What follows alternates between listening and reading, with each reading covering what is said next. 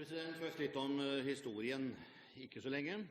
Stortinget vedtok den 10. desember i fjor en anmodning til regjeringen om å fremme forslag til ny lovgivning om pensjonsordninger for stortingsrepresentanter, regjeringens medlemmer, høyesterettsdommere, sivilombudsmann og riksrevisor, basert på de retningslinjene som ble trukket opp i Johnsen-utvalgets innstilling, dokument nummer 19 2008-2009.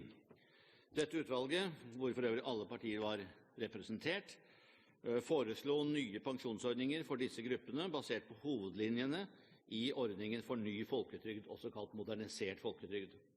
De nye ordningene skulle gjøres gjeldende for nye stortingsrepresentanter og regjeringsmedlemmer fra høsten 2009. For høyesterettsdommere, sivilombudsmann og riksrevisor som utnevnes etter 1. januar 2011. Regjeringens proposisjon inneholder ikke i denne omgang noe forslag til nye pensjonsordninger for stortingsrepresentanter eller statsråder. Arbeidsdepartementet har tidligere varslet en egen proposisjon om dette i løpet av våren 2011.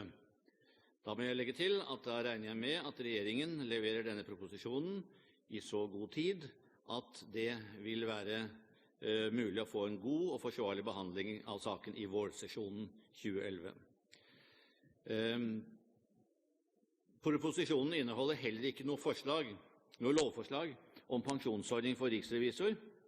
I dag fastsettes lønn og pensjon for riksrevisor av Stortingets presidentskap. Presidentskapets flertall foreslår at riksrevisors pensjonsordning fastsettes i lov om Riksrevisjonen med de samme tilpasninger som foreslås for de andre særlige pensjonsordningene. Altså en endring her, en innarbeidelse av dette i loven, og ikke en behandling av presidentskapet i hvert enkelt tilfelle. I innstillingen foreslås det i hovedsak to typer lovendringer. For det første at de særlige pensjonsordninger for høyesterettsdommere, sivilombudsmann og riksrevisor avvikles, med virkning for de som utnevnes etter 1. januar 2011. Nye høyesterettsdommere vil med andre ord være medlem av Statens pensjonskasse og få sin pensjon beregnet etter de alminnelige reglene om offentlig tjenestepensjon. Disse gruppene vil altså fra da av ha samme opptjeningstid og beregningsmåte for alderspensjon som gjelder for andre offentlig ansatte. For det andre foreslås det tilpasninger i de eksisterende ordningene til de vedtatte endringene i folketrygden. Dette gjelder også stortingsrepresentanter og statsråder.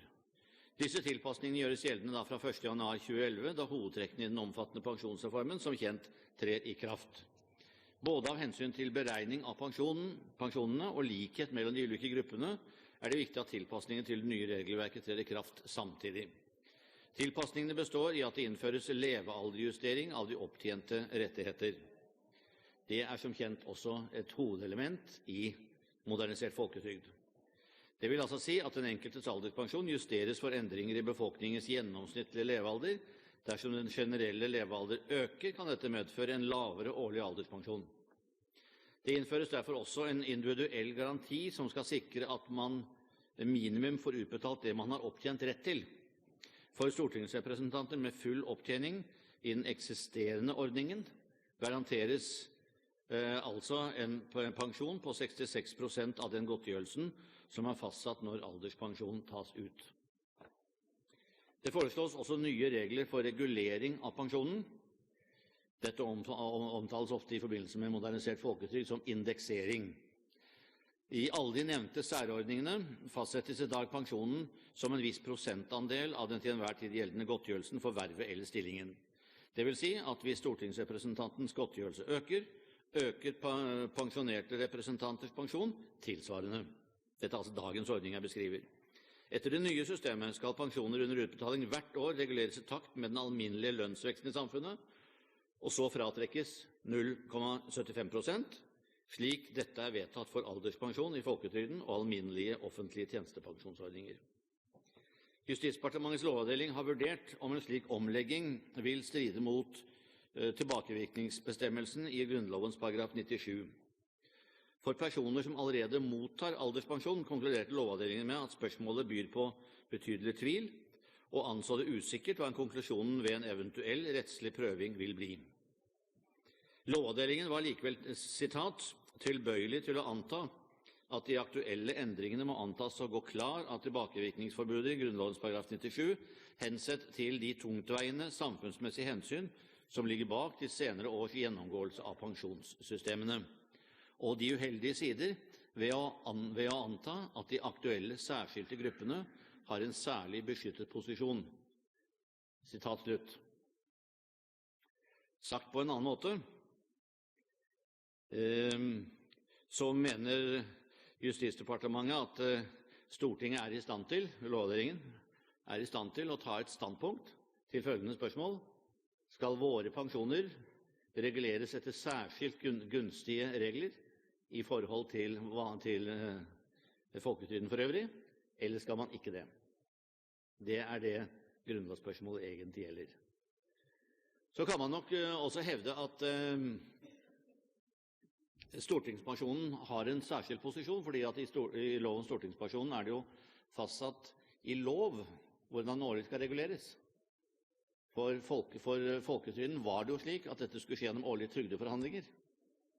Man kan diskutere om begrepet forhandlinger kanskje akkurat i sin helhet dekker realiteten, men i hvert fall det var ikke fastsatt noen årlig regulering. Så sånn sett så er det en viss forskjell, men spørsmålet er om man da vil prosedere på at den forskjellen skal være til de folkevalgtes gunst på bekostning av andre grupper. Jeg mener altså nei, og det er et stort flertall i presidentskapet som står bak det.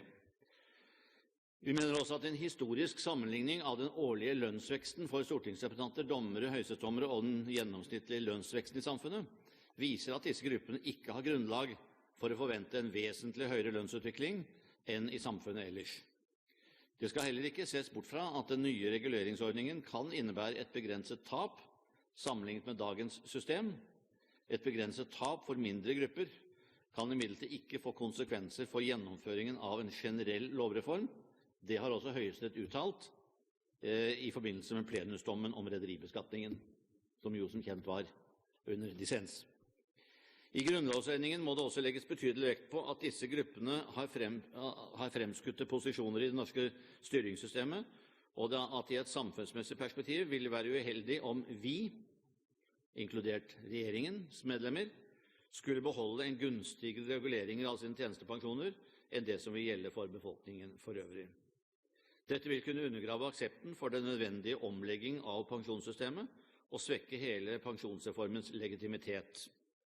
I tillegg vil en slik særbehandling av begrensede grupper i sentrale posisjoner kunne svekke den generelle tilliten til styringssystemet, til politikken, om man vil si det på en annen måte.